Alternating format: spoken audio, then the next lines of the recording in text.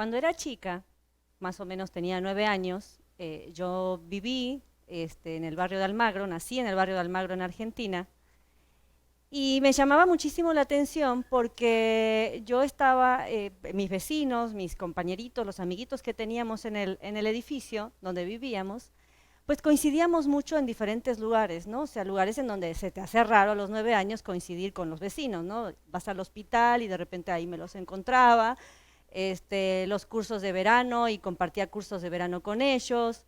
De repente los fines de semana nos íbamos a un centro recreativo y ahí también me los encontraba. Y lo que me llamaba mucho la atención era que justamente los papás de estos vecinitos eran compañeros del trabajo de mi papá. Y bueno, uno a los 9 años se pregunta y dice, bueno, ¿qué tantas probabilidades hay que todos vivamos, ¿no?, en un mismo edificio, o la gran mayoría, ¿no? Luego pasó el tiempo y nos mudamos y también se me hizo curioso porque dije, bueno, qué curioso que mis vecinos se mudan conmigo, ¿no? Nos mudamos todos de un edificio al otro edificio. Nos hicimos con el tiempo amigos y fuimos compartiendo pues como la vida misma, ¿no? Pasó el tiempo, hicimos la secundaria y bueno, ya cada quien tomó su camino y yo estudié la carrera de psicopedagogía. La formación más que nada es una formación clínica, pero a mí siempre me apasionó muchísimo todo lo que tenía que ver con los procesos de aprendizaje y la formación. Casi en el último semestre, ya casi por terminar la carrera, por azares del destino, porque realmente fue por azares del destino, mi vida dio un giro de 360 grados y yo vengo de intercambio a México. Y en este intercambio empiezo en un proceso de profesionalización, digamos, en el cual empiezo a hacer acompañamiento y formación a emprendedores. Si bien a mí me formaron más en la parte clínica, como les decía, pues esta parte formativa, educativa, que a mí me apasionaba, pero estaba todo ligado al ámbito de los negocios. Entonces, bueno, eso me llevó a mí, obviamente, a formarme, a tener que aprender más, a estudiar, pues estudié maestría, a aprender bien todo lo que tenía que ver con el diseño y el desarrollo de proyectos, de emprendimiento. El tiempo fue pasando y de repente yo me doy cuenta, me empiezo a hacer preguntas porque justo tocó ese boom del emprendimiento, ¿no? El emprendedor nace o se hace.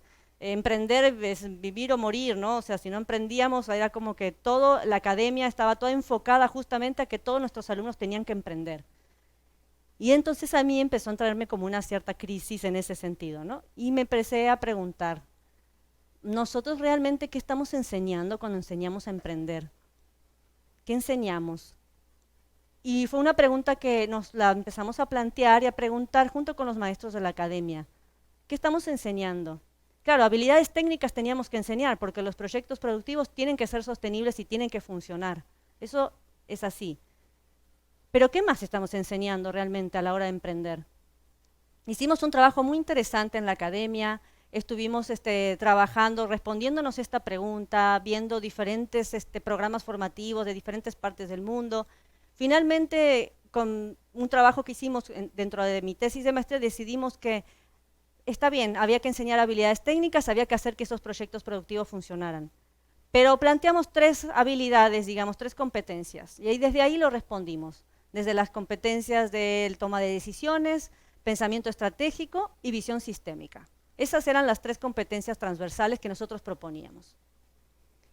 Seguimos trabajando en este tema de la formación de emprendedores, no solamente con alumnos, sino con externos y también con los maestros, sobre todo con los maestros, ¿no? Estar a la vanguardia, y ir viendo y avanzando, pero este tema de los emprendimientos de origen de capital, en ese entonces con el que estábamos trabajando, no sé, había algo que no me terminaba de cuadrar. En cierta forma sentía que había un boom con ese tema y no le encontraba yo la esencia a esa formación, digamos, y a ese acompañamiento. Tiempo después nos invitan a participar en un proyecto de intervención territorial con jóvenes y nos invitan a una formación en España. Y ahí de vuelta puedo decir que mi vida dio otra vez un giro de 360 grados. Cuando conocí experiencias cooperativas, experiencias colectivas, experiencias comunitarias de diferentes sectores, servicios, consumo, gastronomía, lo que se imaginen. Lo que se imaginen, aprendimos y conocimos cómo se organizaban, que era otra forma, ¿no? Otro pensamiento y otro paradigma. Y entonces otra vez me volví a preguntar, ¿qué estamos enseñando cuando enseñamos a emprender? Esa no fue, digamos, solamente la pregunta que me respondí, o sea, la pregunta que me hacía constantemente, también tuve una revelación. Y la revelación fue darme cuenta que finalmente ese hospital donde yo me encontraba con mis vecinos, ese curso de verano en el que yo hacía y que también estaban mis vecinos ahí, el centro recreativo al que íbamos los domingos y hasta los hoteles a los que nosotros llegábamos cuando nos íbamos con la familia de vacaciones, estaban todos dentro del circuito, de un circuito de economía social en el cual mi familia había estado participando desde que yo había nacido, a través del mutualismo. Y me di cuenta entonces que el valor de la reciprocidad, que es uno de los valores principales en el mutualismo, pues se hace vivo, ¿no? En ese sentido, ahí, con nosotros, en mi familia por lo menos, lo viví y lo sigo viviendo hoy en día. Entonces, ahora que yo me pregunto qué le enseño, qué enseñamos a nuestros alumnos a la hora de emprender o qué queremos enseñarles, ¿no? A la hora de emprender, pues ya no lo pienso desde este lado solamente del lado de las competencias o del lado técnico y de la productividad, que sí son importantes, por supuesto, sino que ahora también lo pienso desde otro lado, lo pienso desde un paradigma diferente, social y económico. Pienso que los alumnos tendríamos que estar enseñándoles otra vez, ¿no?, el valor de la organización solidaria, de la equidad, de poder plantear proyectos que tengan que ver con una resolución de conflictos comunitarios, pero también colectivos, que ponga al centro a las personas y el trabajo y no tanto al capital, ¿no? El capital como medio, pero no como fin.